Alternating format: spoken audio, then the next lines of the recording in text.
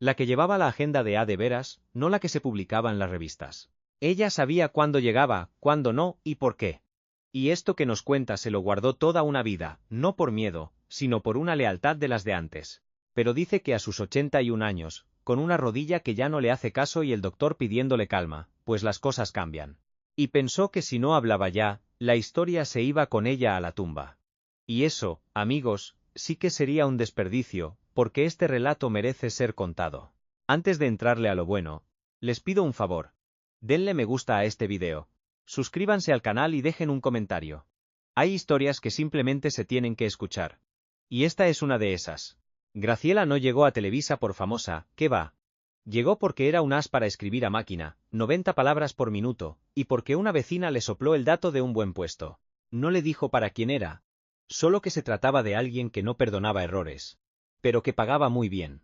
Y en 1971, con eso bastaba. La entrevistó un hombre de bigote canoso, que hablaba despacito pero que te medía con la mirada. Le preguntó si era casada. Ella le dijo que viuda. Le preguntó si tenía hijos. Le contestó que 2, todavía pequeños. Le preguntó si podía quedarse tarde si hacía falta. Ella dijo que sí, no más que le avisaran con tiempo. Y al final, casi de salida, le soltó la pregunta clave. Que si sabía guardar secretos. Ella dijo que sí, sin tener ni idea de lo que le esperaba. 3 días después le hablaron. El puesto era suyo. Le dieron la dirección, su horario y una instrucción que desde el principio sonó rara. Entrar siempre por la puerta de lado, nunca por la principal. El primer día que vio a Raúl Velasco en persona, él estaba de espaldas, buscando algo en un archivero. Graciela cuenta que era más alto de lo que aparentaba en la tele. Al voltearse, la midió de pies a cabeza sin decir palabra. Nomás asintió con la cabeza y dijo: «Usted debe ser la nueva, Graciela. Bienvenida». Ni una sonrisa, ni la mano le dio. Se volteó a sus papeles y ya. Esa fue su bienvenida. Y sin embargo, algo le dijo, una corazonada, que ella iba a estar ahí por mucho tiempo. Y vaya que no se equivocó. Los primeros meses con Velasco, dice, fueron una escuela que ni la mejor universidad. Aprendió que cuando él estaba en silencio, no era por indiferencia, sino porque estaba observándolo todo. Aprendió que si arrugaba el entrecejo viendo un papel, no estaba enojado, estaba haciendo cuentas en su cabeza.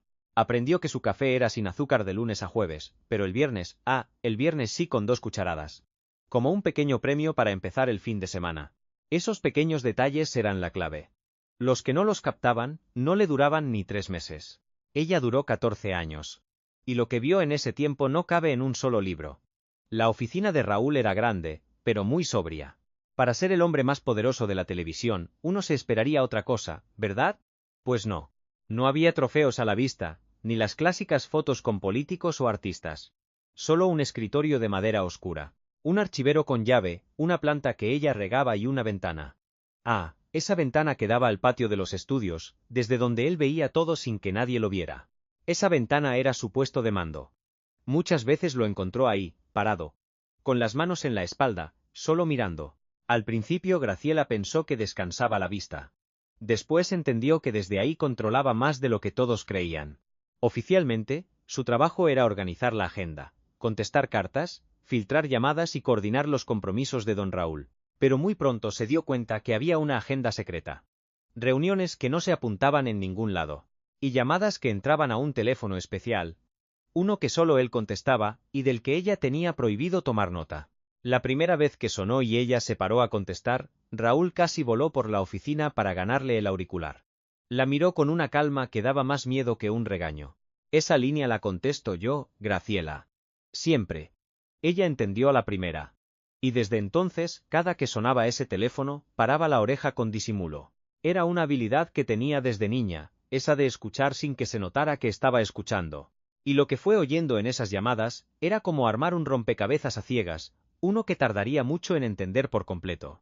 Eran nombres que no conocía, lugares dichos en clave, frases muy cortas que sonaban a nada, pero que ella intuía que significaban todo. Una vez le oyó decir: «El espacio ya está listo. Que lleguen cuando se meta el sol». En otra ocasión escuchó: «Ese nombre ya no existe. De ahora en adelante es otro». Y una más. La que más la inquietó: «Si no sale esta semana, ya no va a poder salir». Ella no preguntó nada. Sabía que no era el momento. Siguió con su trabajo. Siguió entrando por la puerta de lado, regando la planta y escuchando. Porque en esa oficina el silencio hablaba, y ella estaba aprendiendo ese idioma. El primer secreto que Raúl Velasco le confió directamente no fue en una plática de amigos, ni mucho menos. Llegó una tarde cualquiera, en un sobre amarillo que él le dejó en el escritorio sin decir ni una palabra. Solo le dijo: ábrelo y lee. Luego me dices si entendiste. Lo abrí. Y ahí estaba. Una hoja escrita a máquina con 12 nombres, cada uno con una ciudad y una fecha al lado. Unos tenían una palomita, otros una crucecita. Recuerdo haberlos leído despacio, como con miedo. Ninguno me sonaba. Le pregunté qué era eso de las palomitas y las cruces. Se tomó su tiempo para contestar.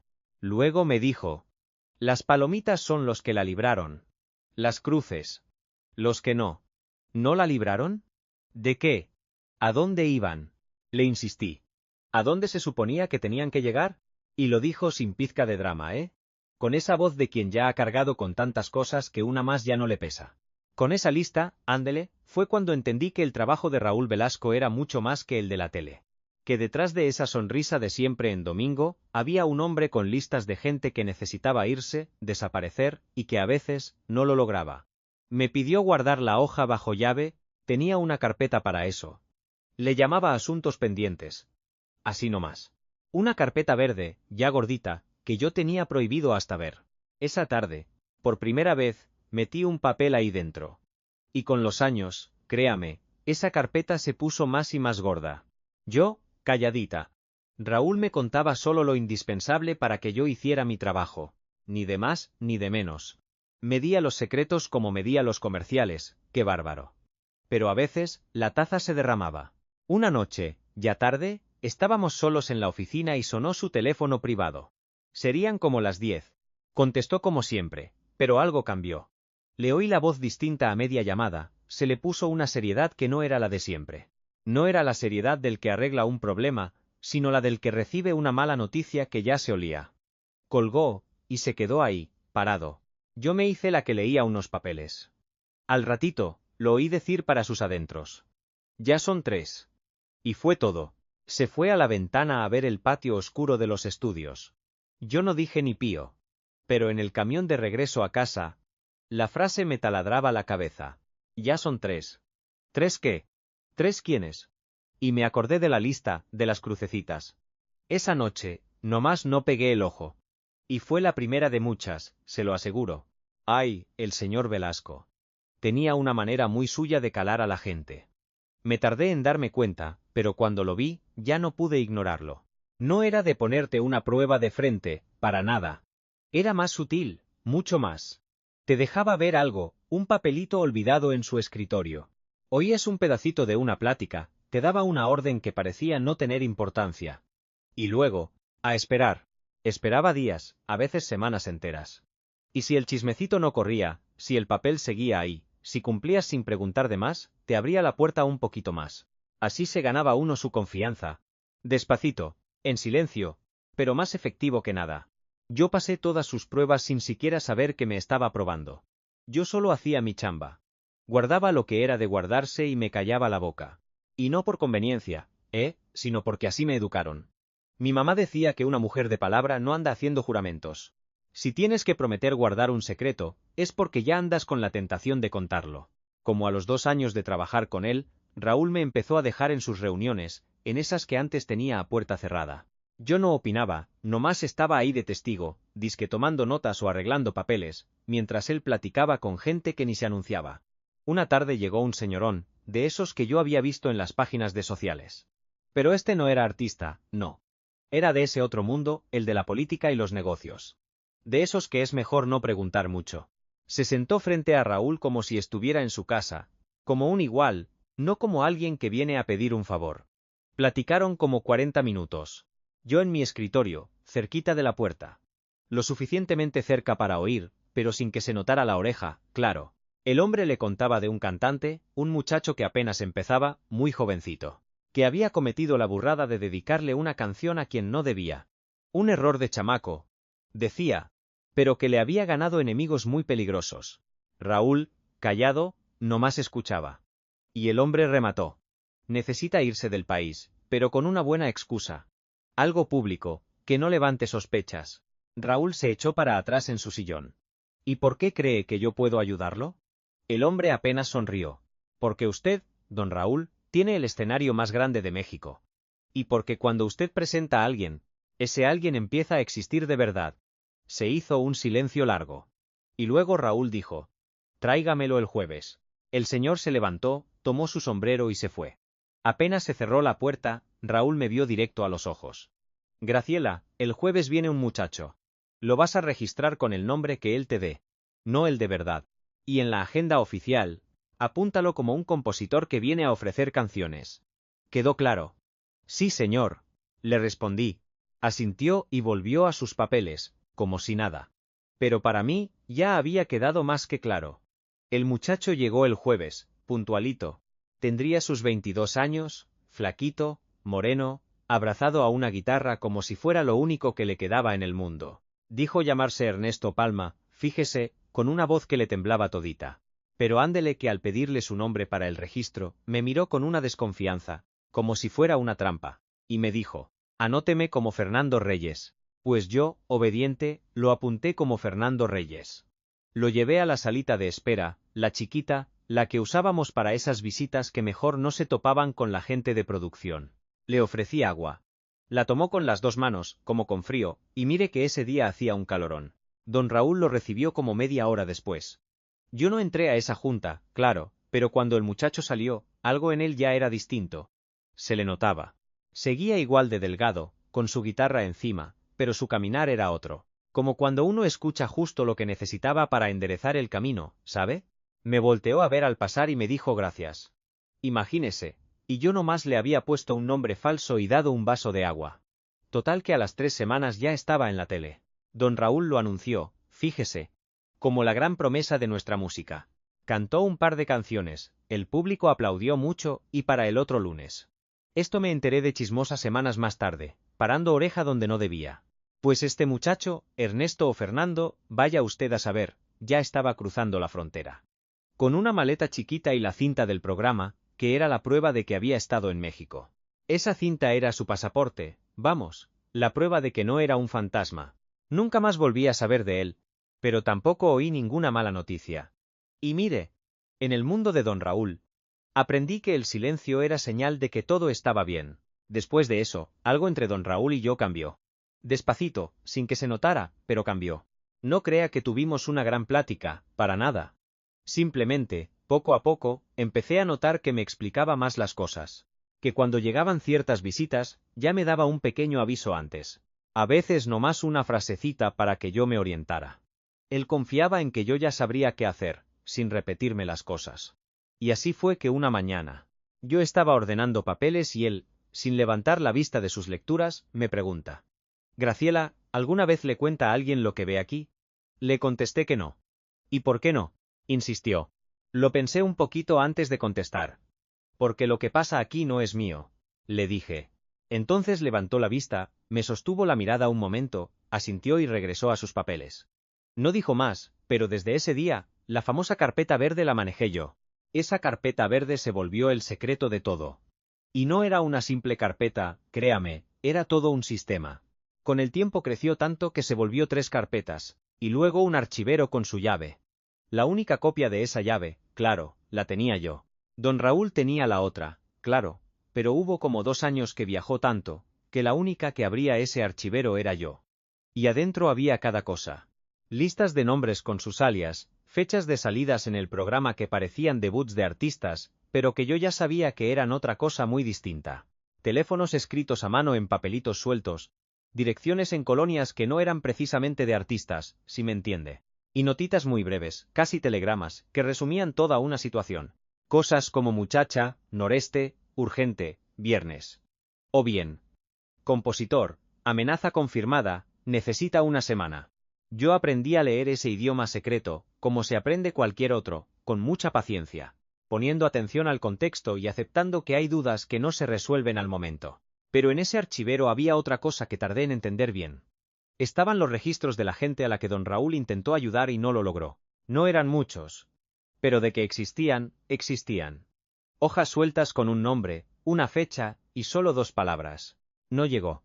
A veces traían un poco más, una frase corta que explicaba lo que pasó, sin los detalles que, la verdad, no hacía falta escribir. Esos eran los papeles que don Raúl nunca miraba de frente al abrir el archivero.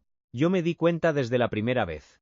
Su vista los esquivaba con esa precisión que te da la costumbre de ignorar algo, que de todos modos sabes que ahí está. Una tarde, fíjese que me atreví a preguntarle por uno de esos nombres. Era una mujer, una cantante del norte, decía la nota. La fecha era de hacía 3 años. Abajo, con letra más chiquita, decía no más llegó tarde. Le pregunté, ¿qué pasó con ella? Don Raúl no contestó luego. Se levantó, caminó a la ventana, miró un rato al patio y entonces habló. Hicimos lo que se pudo, pero el tiempo no nos alcanzó. Y se quedó callado. Luego añadió. Más para él que para mí. Hay cosas que uno no controla, por más poder que tenga. Eso es lo más difícil de aprender en esta vida. Cerré el archivero sin decir más. Comprendí que había preguntas que no llevaban a ningún lado. Esa noche, camino a casa, pensé en esa mujer, cuyo nombre seguro nunca pronunciaría bien, pues solo lo había leído en un papel. Pensé que en algún lugar del norte tenía que haber alguien que la conoció, que la quiso, que a lo mejor alguien todavía la esperaba, sin saber bien a bien qué. Y pensé en don Raúl, parado ahí, cargando un peso que nadie en los estudios se imaginaba. Hubo un año que fue distinto a todos. No recuerdo cuál exactamente, pero sí el ambiente tan pesado, como si el aire en la oficina de pronto se hubiera vuelto más denso. Don Raúl llegaba antes que nadie y se iba al último. Las llamadas a la línea privada se triplicaron. Las visitas y los nombres se hicieron más seguidos y hasta más nerviosos, diría yo. Yo, como siempre, veía todo y callaba todo. Pero ese año, créame que el esfuerzo por callar me pesaba más. Un martes, llegaron 2 hombres que jamás había visto. Y mire que no eran del mundo del espectáculo, eso se notaba a leguas. Venían de ese otro mundo que no tiene nombre, pero que uno reconoce en cuanto lo ve. Los pasé a la salita mientras le avisaba a Raúl. Cuando entré a su oficina, ya estaba de pie, como si los estuviera esperando. «¿Ya llegaron?», le dije. «Sí, Graciela», me contestó. «Necesito que hoy no quede ni rastro de que estuvieron aquí. Nada en la agenda, ni en la bitácora, en ningún papel». «Entendido». Se quedó pensando un segundo. «Y si alguien pregunta, usted estuvo toda la tarde sola, organizando el archivo». «Yo estuve en una llamada muy larga con la gente de producción». «Aquí no vino nadie». Asentí. Fue la primera vez que Raúl no solo me pidió callar, sino inventar otra historia. Hasta entonces, mi trabajo era omitir. Ese día me pidió que sustituyera la realidad. Era distinto. Y los dos lo sentimos en el aire. Esos 2 hombres se quedaron en su oficina casi 2 horas. Al salir, uno de ellos se me quedó viendo de un modo que no me gustó nadita. No era una mirada de amenaza. Ojalá. Era peor. Era la mirada de quien te está archivando, guardándote en un folder de su memoria por si te necesita después. Esa noche, nomás por oír sus voces, les marqué a mis hijos. No les conté nada, claro. Hablamos de lo de siempre, la escuela, la comida, que si el vecino pintó la casa de un color espantoso. Pero yo necesitaba oírlos. Al otro día, llegó Raúl y antes de que le diera los buenos días, me dijo. Lo de ayer salió bien. No le voy a dar detalles, pero quiero que sepa que lo que hizo fue importante. Nunca me dijo por qué, ni falta que hacía. Lo que sí entendí, por el tono de su voz, fue que alguien, en algún lugar, estaba mejor ese miércoles gracias a que yo había dicho que estuve sola organizando el archivo. Con eso me bastó. Había algo en Raúl que yo tardé años en entender, y eso que lo veía todos los días. Cuando llegaba alguien pidiendo ayuda, alguien de verdad en peligro, él nunca preguntaba cómo se habían metido en ese lío. No juzgaba, no escarbaba en el pasado. Solo hacía una pregunta. ¿Qué necesitas para seguir adelante? Se lo oí preguntar docenas de veces a cantantes metidos en problemas. A mujeres que vieron lo que no debían, a hombres que hablaron de más cuando no se podía. A todos les hacía la misma pregunta, y a todos los escuchaba con la misma atención que le ponía al mero de Televisa en una junta. Pero fíjese que lo de Raúl no era caridad. La caridad a veces se siente como si te vieran para abajo, ¿no? Como si el que da está arriba y el que recibe, abajo. Lo que él hacía era otra cosa. Era más bien un trato entre iguales. Él ponía sobre la mesa su nombre, su programa de televisión, su red de contactos. Y el otro ponía su historia, su urgencia y la fe de que Raúl haría algo bueno con todo eso. Hay una tarde que se me quedó grabada a fuego. Llegó una señora, ya de cierta edad, sola, sin cita ni nada. Tocó directamente en la puerta de la oficina de Raúl. Me paré de volada para detenerla, pero él oyó los golpes y abrió antes de que yo llegara. La mujer se metió sin que la invitara. Él se hizo a un lado con una calma que me dijo que la conocía. O que por lo menos conocía esa clase de urgencia. Cierre la puerta, Graciela, me dijo. La cerré por fuera y volví a mi escritorio. Esta vez la puerta quedó bien cerrada y no se oía ni un susurro. Estuvieron ahí dentro como 45 minutos. Cuando la mujer salió, traía los ojos secos, pero la quijada apretada, como quien acaba de tomar una decisión que le pesa. No me vio. Se fue derechito a la salida. Raúl se asomó por la puerta. Traía una cara que yo ya le conocía, pero que nunca supe cómo describir. Era una mezcla de cansancio y decisión, como un maratonista que ya no puede más pero ni de chiste piensa en detenerse. Graciela, me dijo, voy a necesitar el camerino de ensayos libre, el próximo jueves en la noche. Lo apunto. Le contesté. Y necesito que esa noche no ande nadie en ese pasillo después de las 8. Hecho. Se me quedó viendo un momento. Usted es muy eficiente, me dijo, como si apenas se diera cuenta. Y eso que ya llevábamos años trabajando juntos. Es mi trabajo, le respondí. No, me dijo él. Hacer el trabajo, es el trabajo. Hacerlo sin preguntar es otra cosa. Eso no lo enseñan en ninguna parte. Y se metió a su oficina. Yo apunté lo del camerino en la agenda especial, la que nadie veía, y seguí en lo mío. Pero esa frase se me quedó dando vueltas. Hacerlo sin preguntar es otra cosa. Con los años me cayó el 20. Eso era justo lo que Raúl buscaba en su gente. No quería obediencia de soldado, ni complicidad ciega. Quería gente que entendiera cuándo las preguntas estorban y lo único que importa es actuar. Y esa habilidad, mire usted, yo la tenía. Y en ese mundo valía más que cualquier título universitario. El día que todo se volvió más grande llegó así.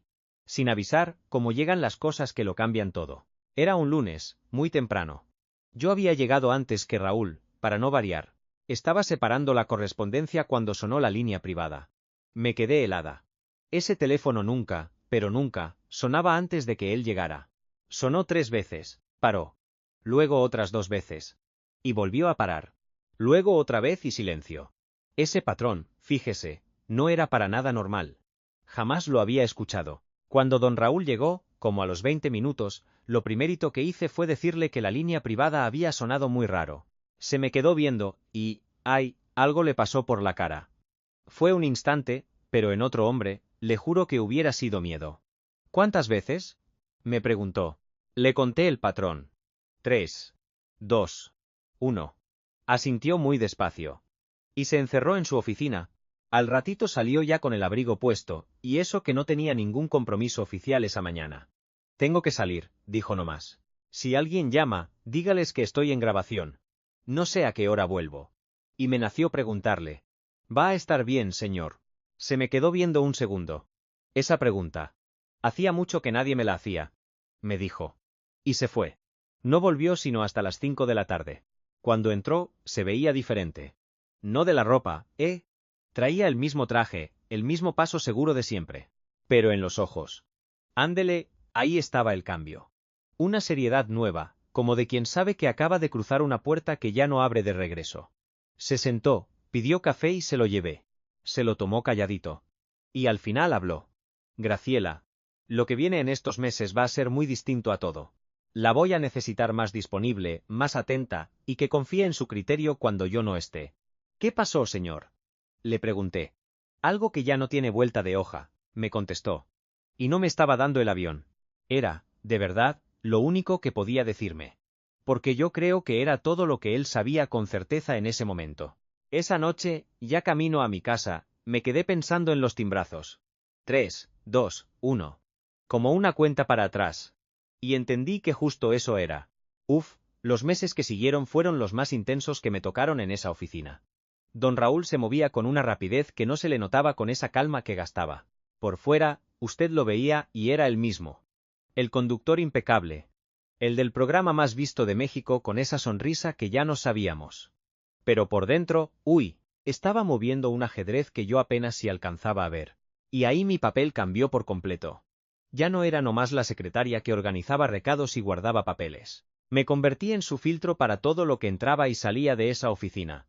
Don Raúl empezó a pedirme que yo decidiera cosas en su ausencia.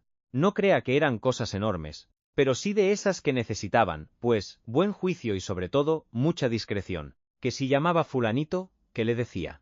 Que si llegaba tal sobre, ¿dónde lo guardaba? Que si aparecía alguien sin cita con cierta frase, ¿a qué hora lo agendaba para el otro día?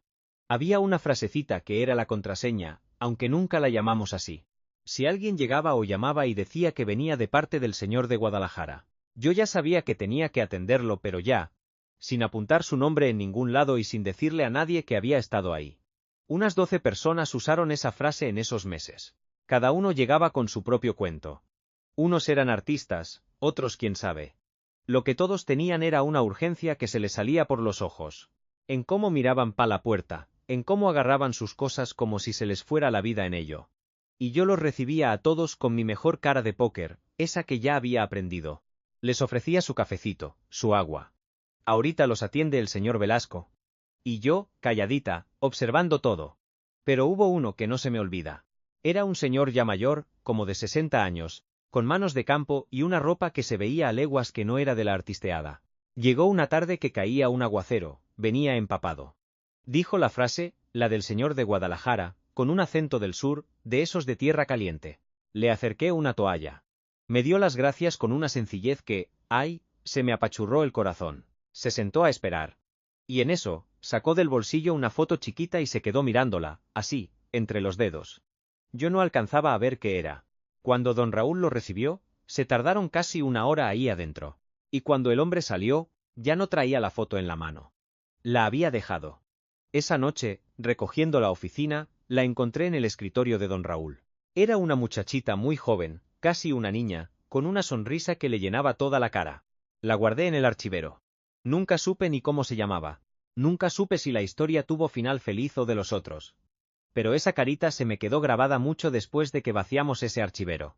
Pero mire, hubo una noche que le ganó a todas. Era viernes.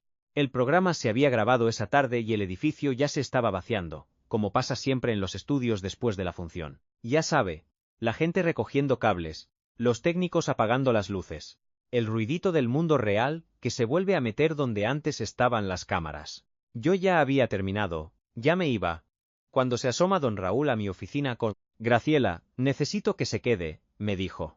No le puedo explicar por qué ahora, pero es vital que esté aquí. Pues, ¿qué hacía una? Me quité el abrigo y lo volví a colgar. Me senté calladita, sin preguntar nada. Se fue una hora, luego otra. Don Raúl nomás iba y venía de su oficina al pasillo. Miraba a la puerta y se checaba el reloj, se le notaba lo nervioso. Me puse a hacer café, aunque nadie me pidió. Es que una necesitaba tener las manos ocupadas para calmar los nervios. Ya cerca de las 11 de la noche oí unos pasos apurados. Don Raúl fue a abrir antes de que siquiera tocaran a la puerta. Entraron 3. 2 hombres y en medio de ellos una muchacha que, se lo digo yo, no caminaba por su gusto. La venían sosteniendo, muy discretos, pero se notaba. La pobre tendría sus 25 años. El pelo revuelto, la ropa que un día fue elegante ahora nomás gritaba que llevaba días sin saber de sí misma. Tenía los ojos abiertos, pero con esa mirada que ve para adentro, ¿sabe? Como si estuviera viendo una película de terror que solo ella podía ver. Don Raúl los llevó directo al pasillo de atrás.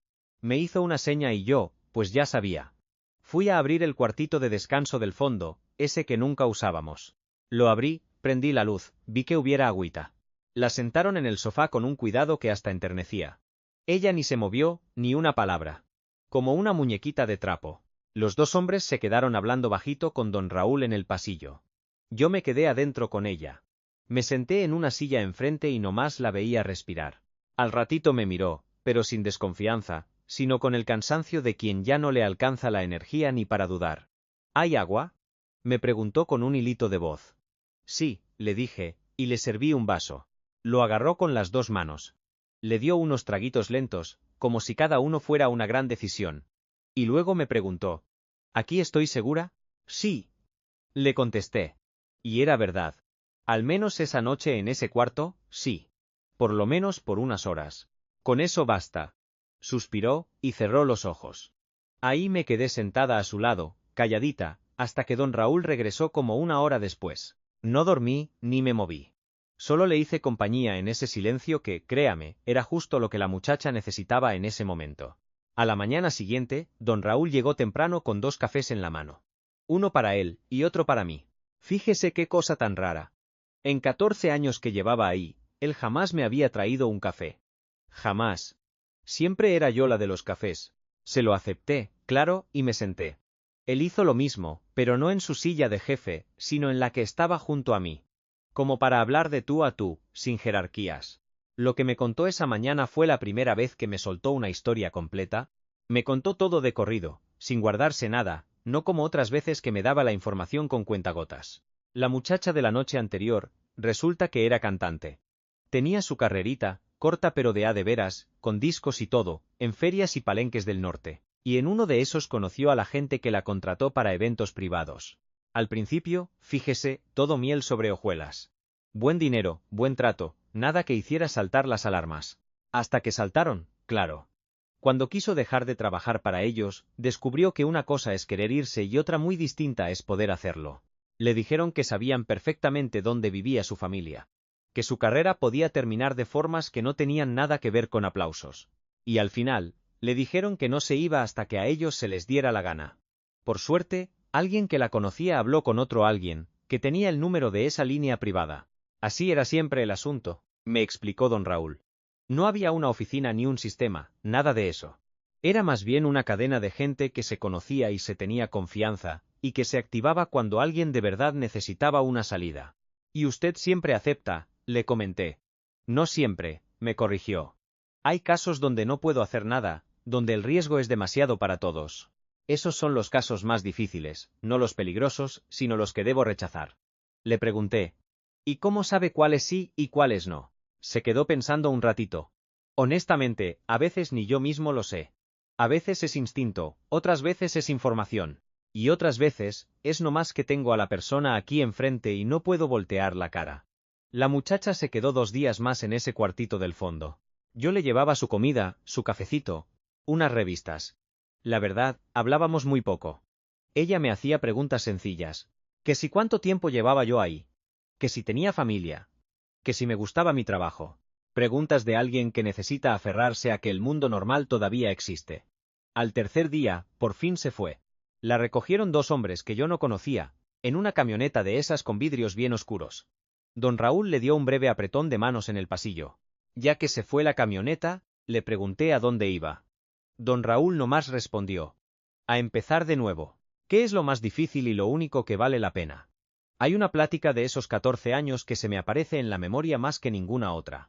Fue una tarde de invierno, ya casi de noche, cuando el edificio estaba vacío y nos quedamos los 2 trabajando hasta tarde, sin haberlo planeado. Don Raúl llevaba un buen rato en silencio.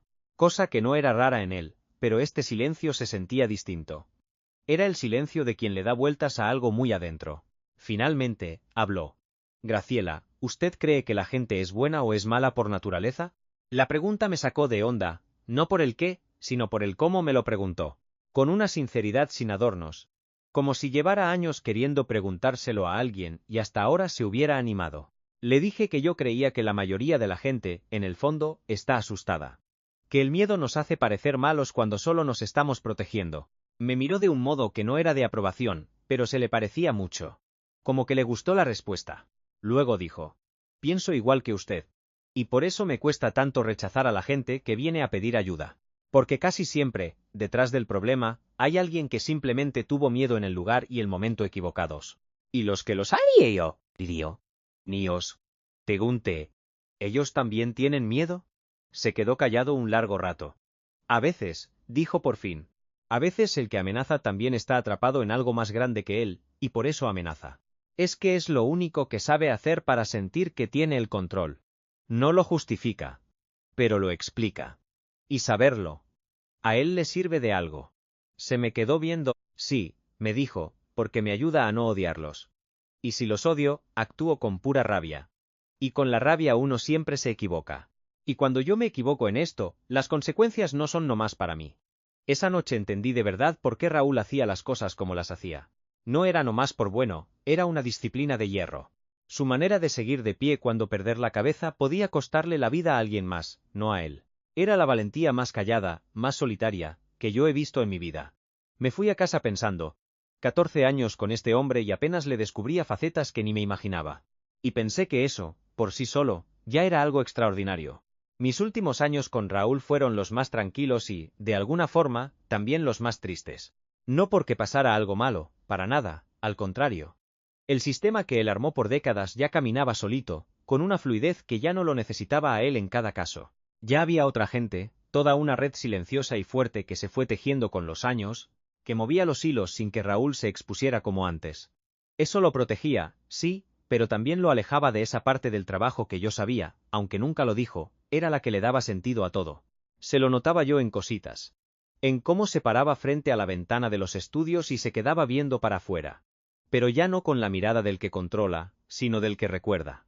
O en cómo, cuando llegaba una buena noticia de alguien que había rehecho su vida, que había logrado irse y quedarse allá, la recibía con una sonrisa que sí era sincera, pero que le duraba un suspiro, como si sentir esa alegría fuera un lujo que todavía no se podía dar.